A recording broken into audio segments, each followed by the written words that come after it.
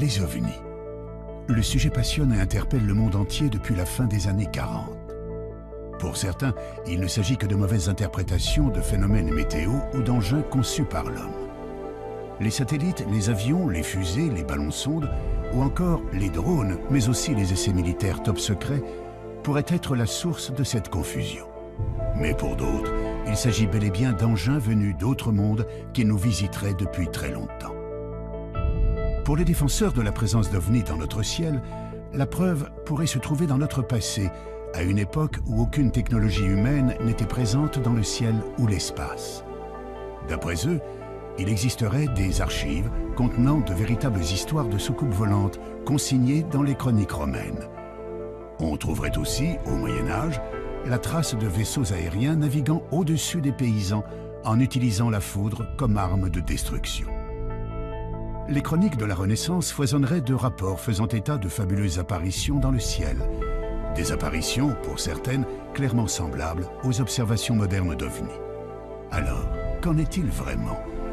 À travers cette enquête, nous allons découvrir que les archives recèlent d'extraordinaires documents. Le passé a bien été le théâtre de phénomènes aériens ou célestes marquants pour toutes les populations de notre planète.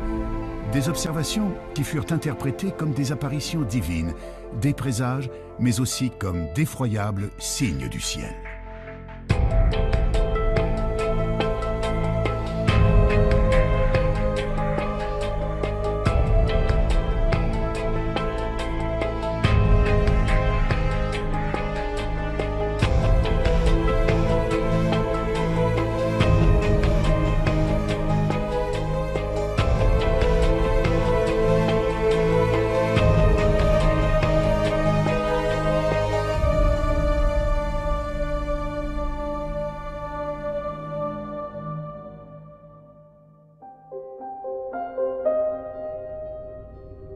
D'après les astronomes, l'univers compte autant d'étoiles que de grains de sable sur notre planète. Certains pensent qu'il y a probablement des millions de mondes habitables et peut-être des planètes où vivraient des êtres intelligents, voire des civilisations supérieures à la nôtre. Serait-il possible que ces êtres soient déjà venus jusqu'à nous? La plupart des spécialistes des ovnis en sont convaincus. L'un d'entre eux, le journaliste Jean-Claude Bourret, est un précurseur dans ce domaine. Depuis maintenant près de 40 ans, il enquête d'une manière rigoureuse sur le sujet. Même s'il a pu étudier des centaines de dossiers concernant les ovnis, il n'a jamais été le témoin direct d'une observation. Je me suis trouvé confronté à un objet volant non identifié par l'intermédiaire d'une dépêche de l'agence France Presse, qui est l'une des 4 grandes agences de presse internationales, en 1973. Cette AFP racontait l'affaire de Turin. Sur l'aéroport de Turin, le radar civil et le radar militaire avaient détecté un objet volant non identifié en plein jour. Cet ovni avait été photographié par un photographe de presse professionnel, avait été observé par 3 équipages d'avions, poursuivi par un équipage d'avion et photographié par ce photographe de presse professionnel qui était là tout à fait par hasard et qui a vu l'OVNI, l'a photographié et qui a vu l'OVNI avec des milliers d'autres témoins. Donc je me suis dit, mais là on a un cas absolument extraordinaire qui est toujours inexpliqué aujourd'hui. Voilà comment je me suis intéressé aux OVNI. Des témoignages, des photographies ou des vidéos, il en existe aujourd'hui des milliers. Mais quelle que soit l'affaire, le doute persiste toujours. Et pour cause.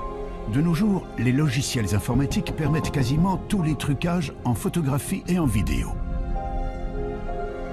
En imaginant que des centaines de témoins relatent la même observation, prennent des photos sous divers angles et qu'au même moment, des radars enregistrent des données précises, les sceptiques argumenteront notamment qu'il pourrait s'agir là d'essais militaires d'engins top secrets.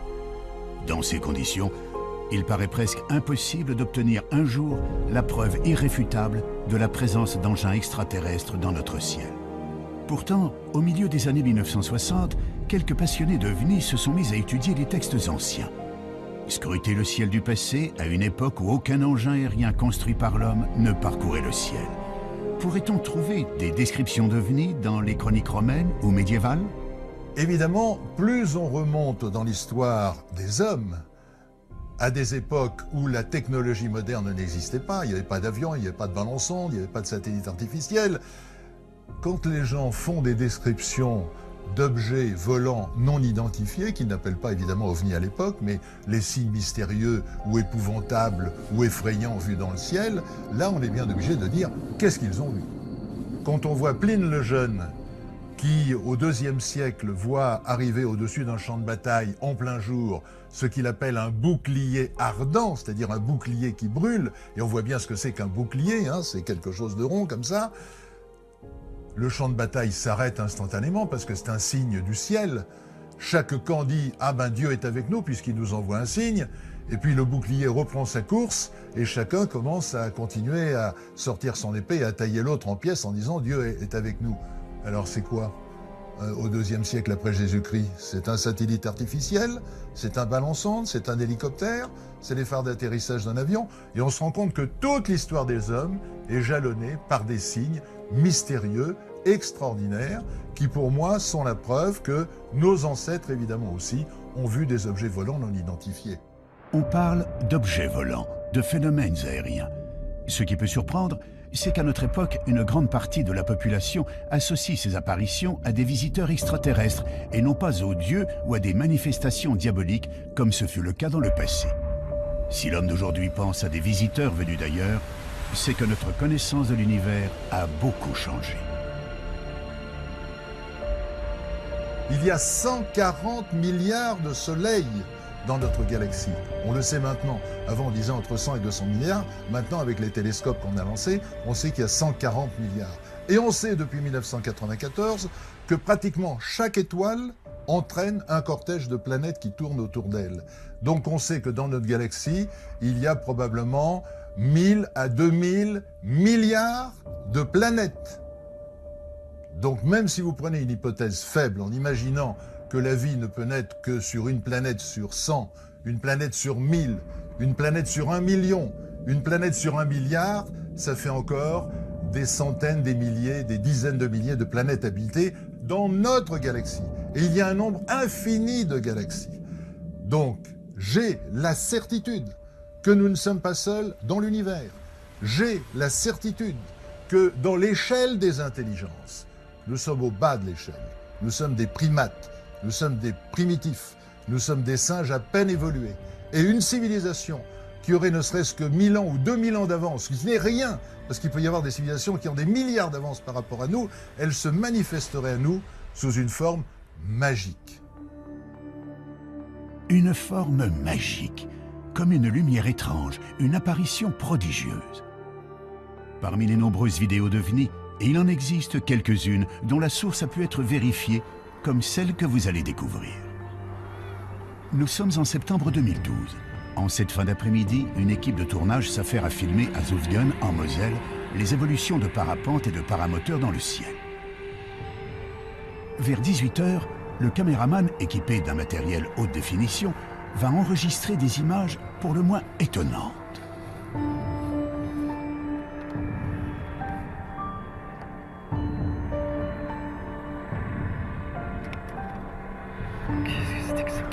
Qu'est-ce que tu fais? Je sais pas, un ovni.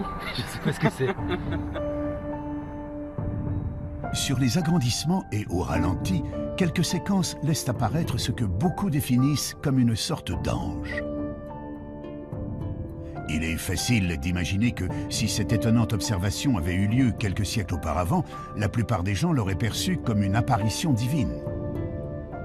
Il faut d'ailleurs noter que les références à des phénomènes étranges dans le ciel se retrouvent dans toutes les religions. Certaines des descriptions bibliques pourraient d'ailleurs laisser penser à des observations d'OVNI. Si vous prenez un livre qui est reconnu par tout le monde, le Pentateuque, reconnu par les Juifs, par les chrétiens, par les musulmans, vous avez le livre du prophète Ézéchiel. Eh bien, j'incite les téléspectateurs à prendre une Bible, s'ils en ont une chez eux, à lire la première page du livre du prophète Ézéchiel. Que dit Ézéchiel? Il dit « Et je vis des visions divines, et voici que quelque chose descend du ciel, brillant comme de l'airain luisant, et voici une roue sur la terre, comme si une roue eût été au milieu d'une autre roue, avec des yeux tout autour de la jante de la roue qui est immense. Nous on dirait avec des hublots. Et voici des animaux qui descendent des roues, c'est-à-dire des êtres vivants, mais qui ne sont pas des êtres humains et qu'Ézéchiel appelle des animaux. Et les roues se déplacent et vont là où l'esprit des animaux veut qu'ils aillent. Donc c'est piloté, c'est clairement écrit dans la Bible. Donc là nous sommes 500 ans avant la naissance du Christ.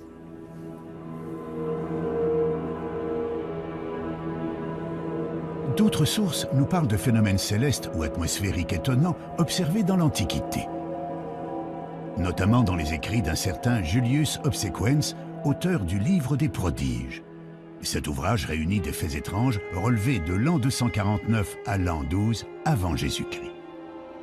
On y trouve toutes sortes d'événements marquants, brièvement résumés et, notamment, des observations curieuses dans le ciel dont voici quelques exemples. Près de Spolète, un globe de feu de couleur d'or tomba en tournoyant sur la terre.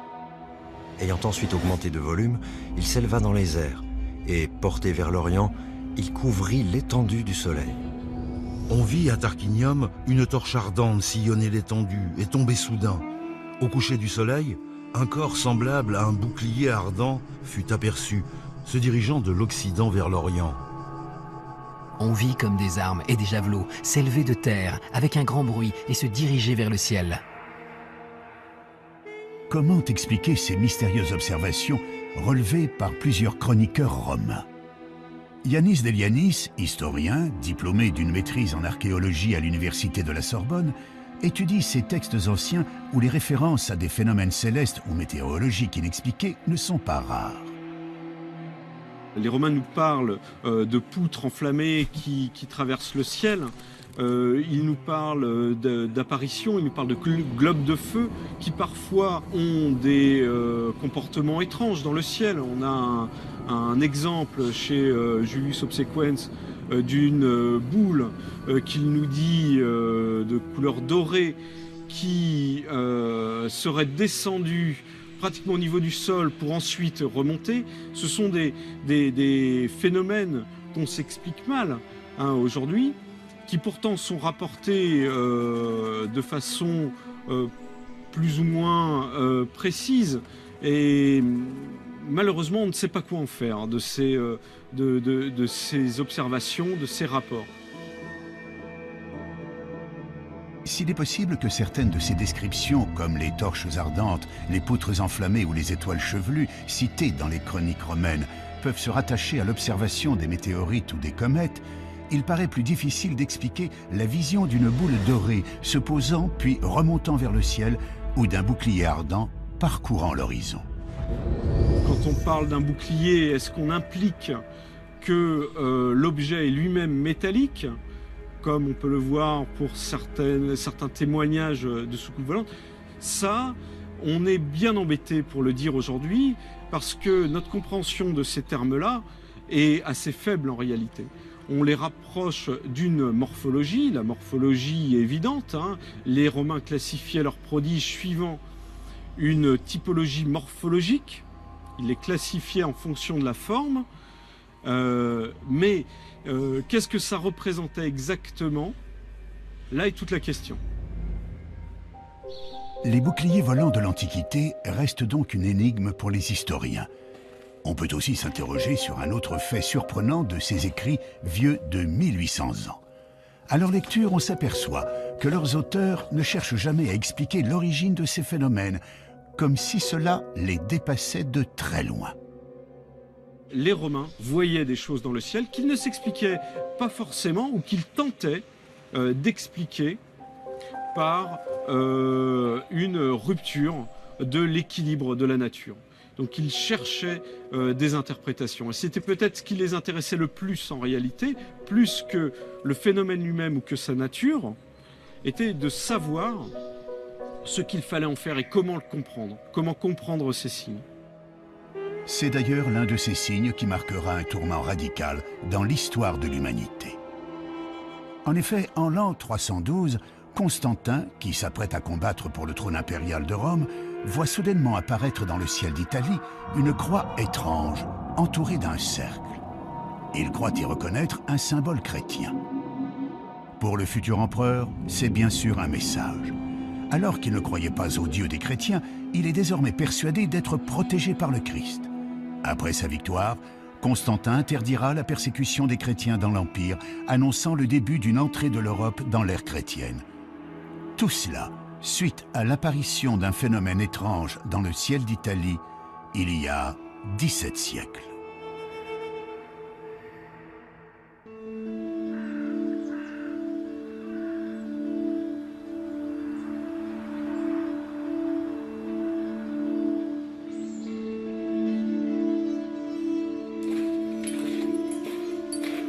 Saint-Jacques-des-Arrêts.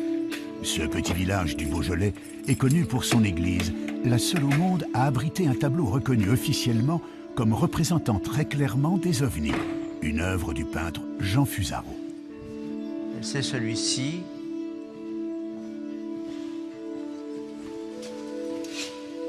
Alors Fusaro, sur le plan graphique, il faut parler du plan graphique aussi, il s'en donne à cœur joie, évidemment, qu'il y a une représentation de toutes les phases de l'histoire de Agobard. C'est tempestaire, le blé, le monde rural, la ruralité. Il y a même un petit hameau Beaujolais, là, derrière la croix, en bas, là. Et puis, il y a cette spatialité différente, cette fabuleuse interprétation de ce qu'on appelle des ovnis au jour d'aujourd'hui, hein. Des ovnis, des bateaux qui voguent dans les nuages. Alors, ce sont soit des bateaux, soit des soucoupes, soit des montgolfières, soit des cochons qui volent, soit des oiseaux qui volent. C'est tout à fait un monde où Fusaro se délecte d'abord, parce que c'est un peintre de la délectation. Il se délecte et il laisse parler totalement son imaginaire. Et ça, c'est très très fort, très très fort. L'auteur de ce tableau ne laisse pas tout à fait parler son imagination. Il illustre en effet un récit datant du 8e siècle signé par l'évêque de Lyon, Agobard. Ce dernier relate une histoire tout à fait extraordinaire qui interpellera bien plus tard les amateurs d'ovnis. Michel Rubellin, maître de conférences à l'université Lyon 2, est l'auteur de plusieurs ouvrages de référence sur Agobard.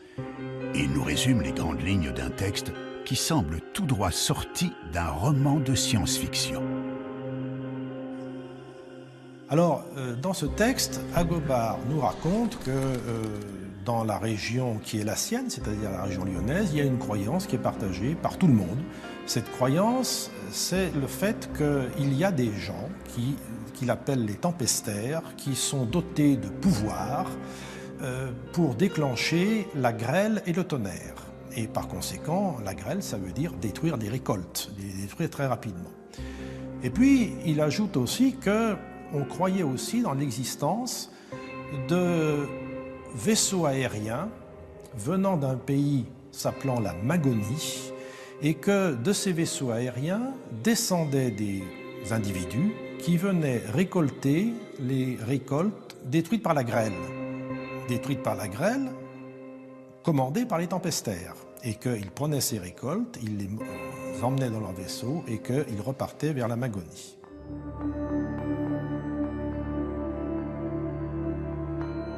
Le texte d'Agobard contient d'autres détails surprenants sur ces épisodes de navires volants au haut Moyen-Âge. Un jour où il se promenait dans la campagne, il a vu un rassemblement de paysans qui entouraient 4 personnes, 3 hommes et une femme, et ces paysans disaient « ces gens-là sont des gens qui sont tombés des vaisseaux, venus de ces vaisseaux depuis la Magonie. » Et par conséquent, ce sont des gens que nous avons enchaînés et que nous nous apprêtons à lapider. Je dis bien, hein, contrairement à des interprétations qui ont été données par la suite. Et Agobard dit, eh bien, grâce à la persuasion, grâce à ma parole, j'ai réussi à sauver ces 4 malheureuses personnes en démontrant à mes auditeurs que il ne pouvait pas venir de vaisseaux en question qui n'existaient pas. Par conséquent, il fallait absolument éviter de les lapider. Il les a délivrés. C'est tout ce que dit Agobard hein, sur la Magonie et sur les vaisseaux. On peut donc facilement comprendre pourquoi ce texte a enflammé l'imaginaire des ufologues. Et pourtant, il faut rester prudent. Dans ce texte, Agobard n'écrit jamais qu'il a vu lui-même des vaisseaux aériens. ce ne sont en réalité que des récits qui lui sont rapportés. Cette histoire extraordinaire, unique en son genre, qu'on ne retrouve nulle part ailleurs dans les chroniques de cette période, ne serait en fait qu'une rumeur. Mais d'où viendrait cette idée si originale pour l'époque de navires volants? C'est peut-être tout simplement une folklorisation de croyances. La grêle, c'est pour les paysans quelque chose de fondamental. C'est le danger numéro 1 parce que c'est quelque chose qui ne peut pas être prévu et qui, en l'espace de quelques secondes, détruit toutes les récoltes. Donc c'est une des terreurs numéro 1 des paysans. Et je pense qu'autour de cette terreur, eh bien, toute une série de croyances ont pu se développer. Ça vient d'en haut, oui, ça vient d'en haut, ça vient du ciel. Ça vient du ciel parce que dans le ciel, il y a des puissances qui envoient la grêle. Alors ces puissances, de là à les mettre dans un navire aérien, je veux dire, le pas est pas très difficile à franchir.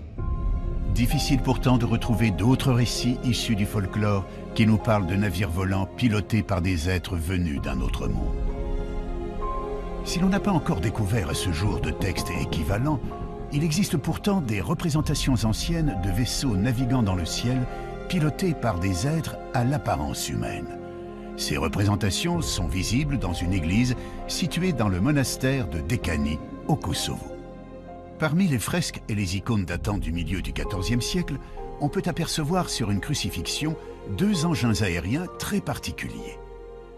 2 petits vaisseaux occupés chacun par un homme qui semble faire office de pilote.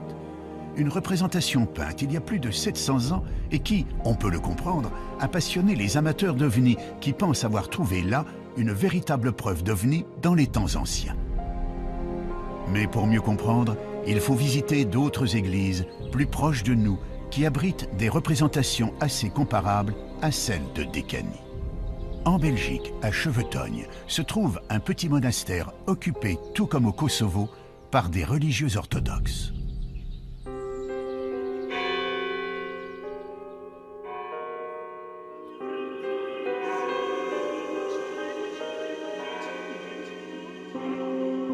On peut y voir là aussi des fresques représentant des sortes de nefs volantes occupées par des formes humaines.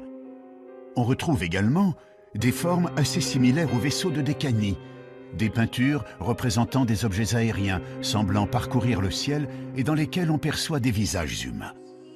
Se pourrait-il que nous soyons là en présence d'une certaine symbolique religieuse? Il faut comprendre que dans l'iconographie orthodoxe, on est très sensible au texte biblique. Donc chaque fois qu'il y a une image qu'on voit, cette image, on voit au texte biblique. La fresque de Dekani concerne la crucifixion. Si l'on suit les évangiles, il est mentionné à plusieurs reprises que les ténèbres tombèrent sur Jérusalem de midi à 3 heures le jour de la crucifixion. Pour beaucoup, il s'agirait d'une éclipse. C'est donc pour symboliser cette éclipse que les artistes de Dekani ou de Chevetogne auraient fait figurer une lune et un soleil incarnés de chaque côté de la croix. Mais dans l'Église orthodoxe, cette représentation est plutôt rare. On a un cadre, donc il y a des règles strictes pour peindre tel ou tel saint ou telle scène biblique. Et on a des livres où c'est écrit avec beaucoup de précision. Pour telle scène, il faut faire ça, il faut faire ça, il faut faire ça. Donc, s'il y a des icônes ou des fresques où on peut voir, par exemple, des éléments qui paraissent bizarres, peut-être il faut se poser la question qui a réalisé cette fresque. Est-ce que c'est un vrai iconographe ou c'est un artiste qui a mis en jeu sa fantaisie?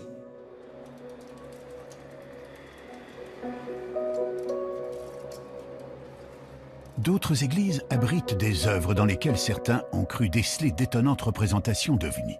C'est le cas de la collégiale Notre-Dame de Beaune. Des tapisseries monumentales datant du XVe siècle sont exposées dans le cœur de l'église. Les personnages, les paysages, les châteaux et même les nuages sont représentés d'une manière assez réaliste pour l'époque. On y perçoit surtout, figurant dans le ciel à 2 reprises, des objets sombres, ressemblant très clairement à ce que l'on nommerait aujourd'hui des soucoupes volantes. Serait-on là face à une volonté des artistes de l'époque de faire figurer une observation particulière dans le ciel du XVe siècle? La réponse à cette énigme se trouve en fait dans l'histoire même des tapisseries. Il faut remonter aux commanditaires, aux financeurs de cette œuvre. Or, il se trouve que l'un des généreux donateurs était le cardinal Jean Rollin, un cardinal que les artistes de l'époque, pour une raison que l'on ignore, n'ont pas pu représenter physiquement sur les tapisseries. Alors, pour le remercier, ils ont tout simplement fait broder sa coiffe, le symbole de son rang, autrement dit son chapeau, au-dessus de tous les autres personnages. Une explication difficilement contestable, même si certains avancent le fait qu'un chapeau de cardinal est toujours représenté en rouge et surtout pas en noir. Il s'avère donc très périlleux de chercher des preuves de l'existence des ovnis dans les peintures, les fresques ou les broderies des siècles passés. Cependant, un travail de recherche dans les archives pourrait permettre de dénicher des cas de phénomènes inexplicables dans le ciel de nos ancêtres.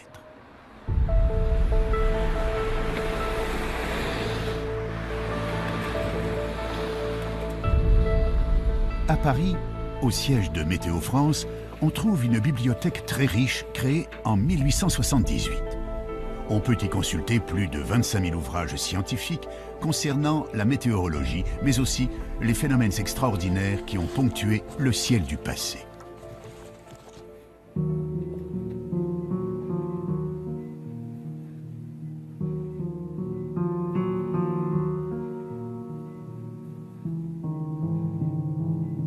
On a la chance d'avoir une bibliothèque qui est très riche et ancienne. On a des livres à partir du XVIe siècle. Et donc on peut retracer un peu comme ça toute l'histoire des connaissances sur l'atmosphère. Et on retrouve dans ces livres les premiers, par exemple, les premières observations de gloire qui avaient été faites au XVIe siècle par Bouguer lors d'un voyage en Amérique du Sud pour mesurer le méridien de la Terre. Donc, disons, il y a des livres sur les aurores boréales aussi qui datent du XVIIe siècle. Enfin, tous ces phénomènes fascinent les hommes depuis extrêmement longtemps. L'un des plus anciens ouvrages conservés est un livre rare, souvent cité en référence par les ufologues, le Prodigorium Chronicon de Conrad Lycosthenes, un ouvrage du XVIe siècle en parfait état de conservation. Le livre de Lycosthenes, c'est un livre en latin, c'est le livre des prodiges qui a été édité en 1557 et qui est une chronique depuis la création, depuis le déluge, d'un ensemble de phénomènes extraordinaires. Alors ces phénomènes extraordinaires peuvent concerner les animaux, alors ce sont des animaux avec deux têtes, mais dans la plupart des cas, ce sont des phénomènes naturels. Donc il y a un grand nombre d'inondations, justement de parélie, de halos. Il y a énormément de phénomènes lumineux dans l'atmosphère qui s'interprètent assez facilement. Puis il y a des choses plus... on se demande si c'est pas sorti de l'imagination de celui qui a écrit. Par exemple, on voit des bruits des armes dans le ciel, des bruits de bataille. On peut penser que ce sont des orages. Des tremblements de terre, enfin, on voit avec des villes qui sont avec des bâtiments qui sont détruits. Donc ce livre est très intéressant parce que chaque phénomène est daté. Et puis donc il y a un très grand nombre d'illustrations. Alors on se rend compte que ce sont des illustrations qui étaient des gravures au bois et que c'était un petit peu les mêmes illustrations qui resservaient plusieurs fois.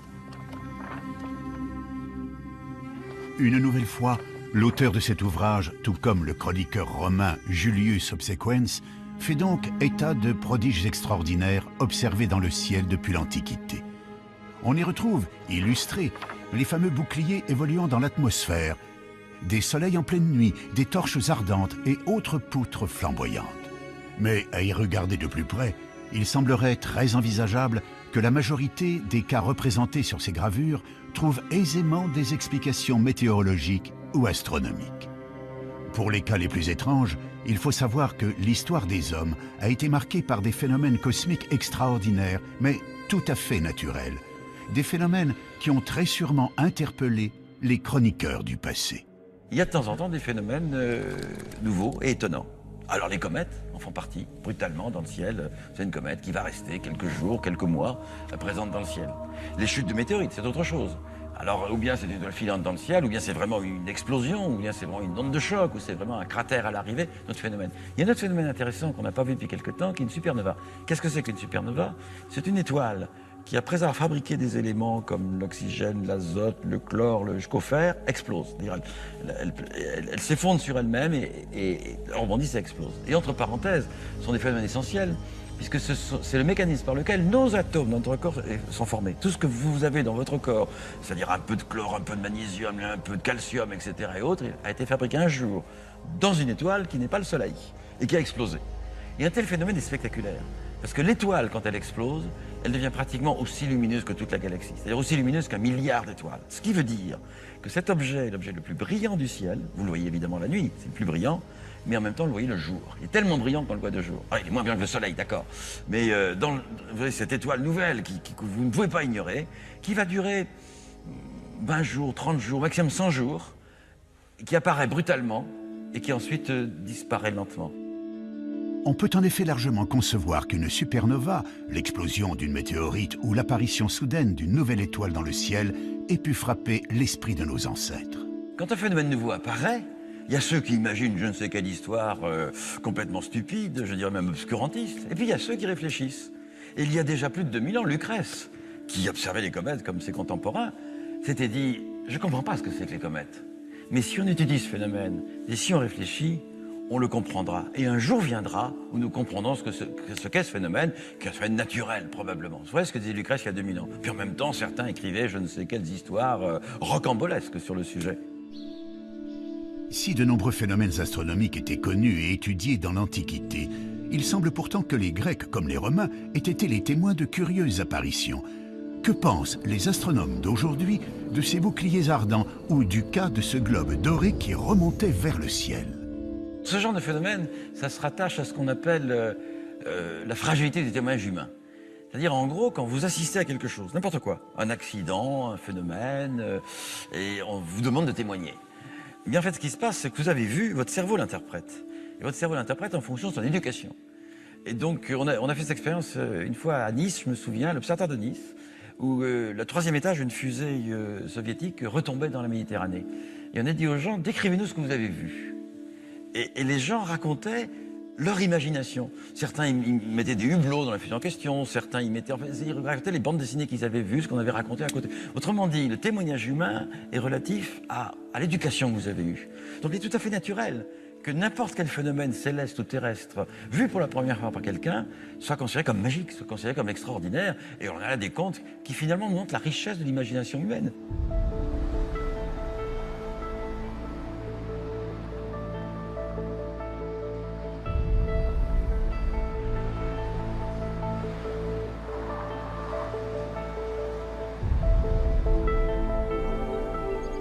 La ville de Nice détient justement un document qui a enflammé l'imagination de nombreux ufologues. Le document en question se trouve aux archives communales et il renfermerait l'un des cas les plus énigmatiques d'OVNI dans le passé.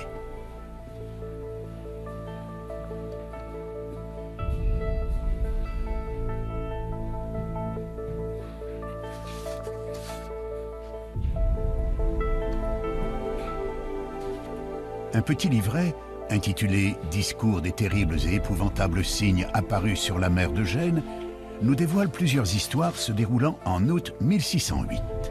Cette année-là, la population aurait été témoin de nombreux prodiges autour de la Méditerranée, notamment en Italie, où les habitants de Gênes furent terrorisés par l'arrivée subite de 3 chars aux carrosses extraordinaires sur le port de la ville. Des chars tirés par des figures de feu, d'où sortaient des hommes dont le corps semblait en partie recouvert d'écailles. Ces hommes sont décrits comme ayant des serpents volants entortillés autour du bras qui sautaient hors de la mer en poussant des cris effroyables. L'auteur nous signale que des gens seraient morts de terreur devant ce spectacle épouvantable et que le Seigneur des lieux aurait ordonné qu'on tire plus de 800 coups de canon contre ces incroyables engins qui n'en furent nullement effrayés. Face à un texte de cette nature, il est assez compréhensible que certains puissent y voir une véritable scène de science-fiction en plein XVIIe siècle. Ce document, il apparaît en 1608. Il fait partie de toute cette littérature de prodige qui est très florissante au XVIIe siècle. Et c'est ce qu'on appelle un canard. Un canard, c'est un petit pamphlet d'environ 8 pages qui relate des événements prodigieux, ce qu'on appelle à l'époque des signes effroyables, des signes épouvantables, suivant les termes utilisés à l'époque. S'il y avait beaucoup de journaux, de canards dans ce genre à l'époque, se pourrait-il qu'il existe d'autres documents, d'autres sources qui fassent mention de cet événement? Dans le cas précis de ce canard et de cet événement, qui est quand même un événement qui a duré 15 jours, qui a certainement marqué les esprits, eh bien cet événement, curieusement, ne se retrouve pas dans d'autres documents à Gênes. On n'a aucune chronique aucune chronique génoise qui parle de cet événement, et c'est fort curieux. C'est fort curieux parce que certainement cela implique que l'événement n'a pas eu lieu.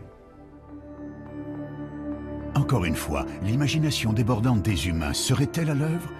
Durant ses recherches, Yanis Delianis a pu mettre la main sur des gravures datées du XVIIe siècle.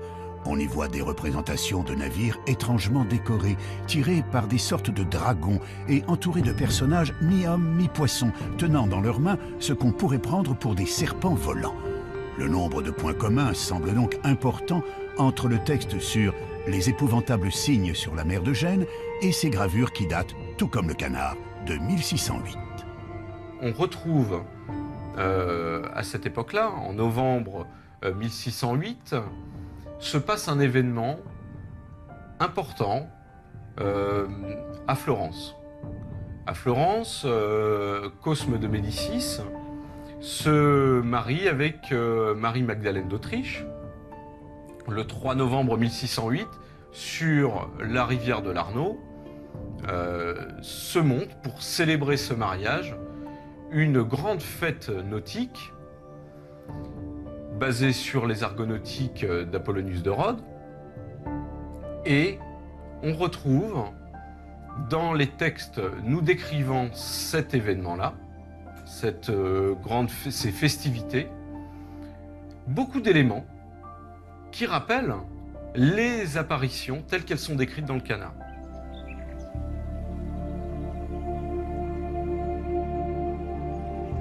D'après Yanis, le livret en question fut édité en décembre 1608. Mais pourquoi l'auteur du feuillet sur les épouvantables signes situerait l'événement en août 1608 et non pas en novembre? Et pourquoi dans le port de Gênes et pas à Florence? Je soupçonne l'auteur du canard d'avoir déplacé sciemment le lieu de l'événement de Florence à Gênes pour couvrir ses traces, simplement. Ça arrive assez souvent dans la littérature de prodige. On réchauffe parfois les histoires, on change les dates, on change les lieux et on ressort la même histoire. C'est assez classique. Et là, on a peut-être un exemple également de ce genre de technique utilisée par les auteurs des canards. Falsification, témoins influencés par leur culture ou leur imagination, mauvaise interprétation de symboles religieux ou de phénomènes naturels, il paraît donc très difficile de trouver la preuve irréfutable d'observation d'ovnis dans les archives. Difficile, mais pas impossible. Il existe en effet quelques cas troublants qui ne trouvent aujourd'hui encore aucune explication valable. C'est le cas d'une observation faite à Hambourg en 1665 par un astronome et écrivain polonais. Dans le Theatrum Cometicum de Stanisław Lubieniecki, on retrouve plusieurs gravures qui représentent pour la plupart des comètes. Parmi celles-ci, une gravure particulière ne représente pas une comète. L'auteur est également l'observateur de ce phénomène. Il l'observe de chez lui. On voit sur la gravure qu'il a même marqué l'emplacement de l'observation, c'est-à-dire sa maison, son grenier.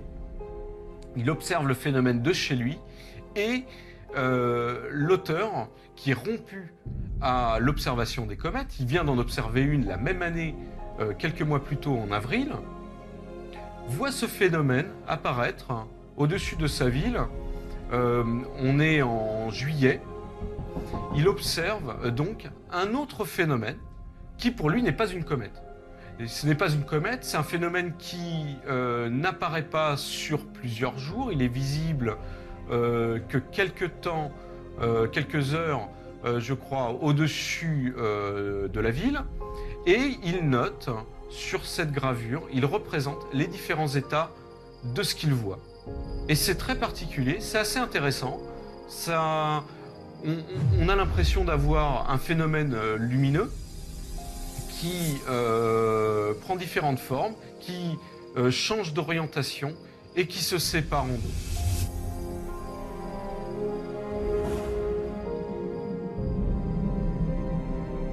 Difficile cette fois de remettre ce témoignage en cause ou d'y trouver une explication naturelle connue. D'autres auteurs à l'esprit également scientifique relateront eux aussi des observations extraordinaires dans le ciel au XVIIIe et XIXe siècle.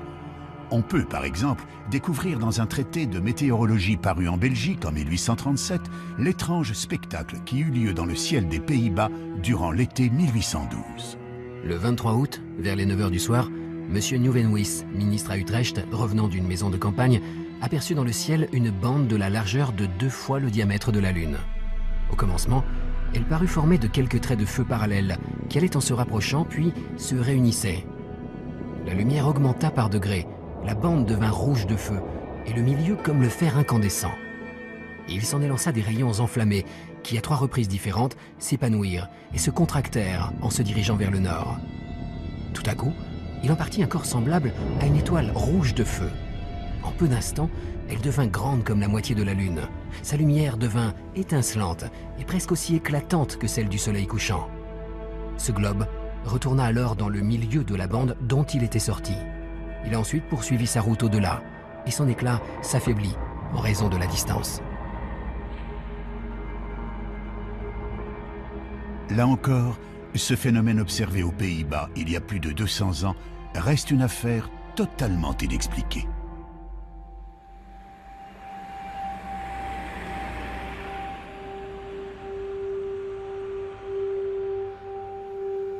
Un autre cas très différent s'est déroulé à peu près à la même époque sur la commune de Migné, située à quelques kilomètres de Poitiers. Le 17 décembre 1826, en fin d'après-midi, plus de 2000 personnes étaient réunies pour la plantation d'une nouvelle croix de mission devant l'église. Le prêtre était en train de faire son sermon, évoquant l'apparition de la croix de Constantin au IVe siècle, quand soudain est apparue dans le ciel, au-dessus des personnes réunies, une croix couchée de plus de 40 mètres de long, lumineuse, d'une couleur grise rosée, dont les contours étaient parfaitement nets.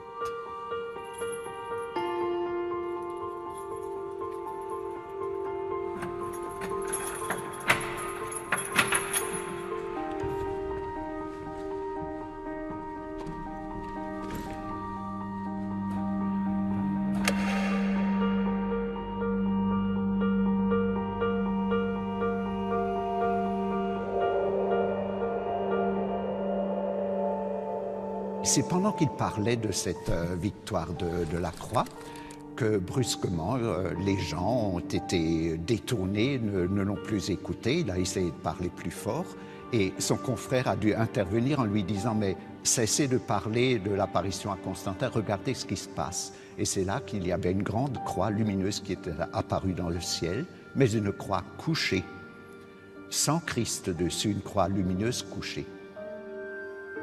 L'émotion fut immense. La plupart des gens présents se mirent à pleurer, à crier, mais surtout à prier.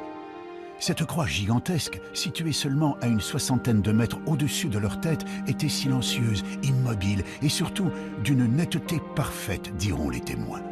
Ces gens, pour la plupart des paysans qui avaient donc l'habitude des phénomènes naturels, n'ont a priori pas pu confondre cette apparition avec un nuage à la forme particulière. D'ailleurs, les rapports de l'époque font état d'un ciel parfaitement clair ce jour-là. La croix resta en place durant plusieurs dizaines de minutes. Elle était restée très figée, très fixe, donc sans aucun mouvement. Et elle a disparu parce qu'après le prédicateur, évidemment, il avait perdu l'attention de ses fidèles. il ne lui restait plus qu'une chose, il a essayé d'entonner le chant « Vive Jésus, vive sa croix » qu'on chantait lors de ces plantations de croix, mais ça n'a pas trop bien marché, les gens étaient trop perturbés par cette croix apparue pour pouvoir chanter. Alors de guerre lasse, il a fait rentrer les gens dans l'église pour rendre grâce à Dieu. Et comme ça, dans l'église, il pensait avoir nouveau son peuple en main, le peuple qui lui échappait à l'extérieur. Une petite partie des gens présents n'avaient pas pu rentrer dans l'église. Certains étaient restés à l'extérieur. Quelques personnes ont donc encore pu observer plus longuement cette croix aux particularités si étonnantes. Il y a même le témoignage d'une dame qui est citée dans la commission d'enquête, qui repartait et qui par le haut, donc en montant, puisque nous sommes un peu dans le creux, et qui a les collines d'alentour, qu'elle voyait encore la croix couchée, donc en partant tout de suite pendant que les gens allaient dans l'église, elle la voyait encore de haut, à peu près à sa hauteur. Si l'on résume, il ne paraît pas envisageable que cette population ait pu faire face à un phénomène météorologique connu. Peu probable également de trouver une explication du côté de l'astronomie. Reste l'hypothèse d'un canular, une théorie qui a aussi eu quelques adeptes peu après l'apparition. Certains avançaient qu'il était possible d'obtenir un résultat similaire en installant une croix de bois léger sur un système de câbles tendus sur des centaines de mètres. Donc vous avez pu vous-même voir que ce n'était guère possible des câbles parce que c'est quand même très éloigné et puis les collines ne sont pas élevées à ce point-là que des câbles auraient pu supporter une croix. Non, l'autre c'était la théorie du cerf-volant, donc qu'apporte ce témoin qui voudrait absolument dire qu'elle n'ait pas eu lieu. Mais là aussi, le maire de Migné lui a envoyé une lettre officielle, d'ailleurs qui est publiée, l'invitant à venir sur place, à faire son montage de cerf-volant pour montrer que ce serait possible. Mais finalement, il ne s'est jamais présenté. Il faut également admettre que si cette apparition n'était qu'une escroquerie conçue par un petit groupe, l'opération aurait nécessité un bon nombre de complices, la croix en question faisant tout de même plus de 40 mètres de long. Difficile de ne pas être vu et de rester discret pour installer un tel monument à 60 mètres de haut sur une place publique en plein jour. De plus, les années passant, personne n'a jamais avoué avoir participé à une telle action. Enfin, si des gens d'église avaient organisé et créé de toutes pièces cette apparition dans un but de propagande, ils auraient utilisé leur propre code, respecté le dogme catholique. Or, la croix qui est apparue dans le ciel de Migné en 1826 est dans le sens contraire au rite chrétien.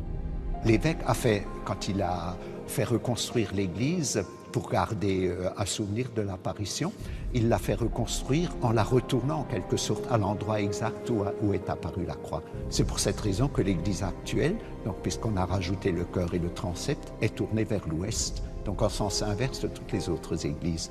Donc pour moi, c'est plutôt un signe que de sortir, d'aller vers le monde, de regarder en avant. Cette histoire de la croix de Migné reste aujourd'hui encore classée dans la catégorie des apparitions divines, tout comme la croix apparue à Constantin ou les nombreux prodiges observés à toutes les époques de l'histoire humaine. Nous l'avons vu, une très grande partie des cas décrits par les ufologues comme étant des preuves de l'existence des ovnis dans le passé peuvent trouver des explications rationnelles. Mais une chose est certaine, les archives contiennent bien des cas d'observation de phénomènes extraordinaires et inexpliqués dans le ciel du passé. Toutes les civilisations qui furent témoins de ces prodigieuses apparitions y ont perçu un signe interprété comme magique ou divin. Aujourd'hui, à notre tour, nous interprétons ces signes en y voyant la présence de technologies venues d'autres planètes. Une croyance qui nous permettrait d'accréditer la thèse selon laquelle nous rentrerons un jour en contact avec une civilisation plus évoluée que la nôtre. Pour certains adeptes de la théorie extraterrestre, à travers les signes, les apparitions ou les prodiges du passé, les ovnis n'ont jamais cessé de nous envoyer un signal. Le signal magique de la présence d'autres civilisations dans l'univers. Mais ces civilisations auraient-elles vraiment un intérêt à communiquer avec nous? Est-ce qu'on communique avec la civilisation des fourmis? Est-ce qu'on communique avec la civilisation des abeilles? Est-ce qu'on communique avec un escargot? Vous imaginez un escargot, il pleut, il sort de sa coquille, il avance comme ça, et puis il y a quelque chose de vertical. Il monte, et c'est un piquet qui tient une glissière de sécurité d'autoroute. Il est au sommet, et puis avec ses deux petites antennes au bout duquel il y a les yeux, il regarde, il voit passer des lumières comme ça. Est-ce qu'il peut savoir ce que c'est qu'une voiture? Est-ce qu'il peut savoir la différence entre un moteur diesel et un moteur essence? Est-ce qu'il peut imaginer que dans ces voitures, il y a un homme avec une carte de crédit, une puce électronique, un code qu'on rentre dans une machine pour retirer de l'argent? C'est un monde qu'il ne peut même pas imaginer. Et bien, je pense qu'il y a la même différence entre l'escargot et nous qu'entre nous et certaines civilisations extraterrestres.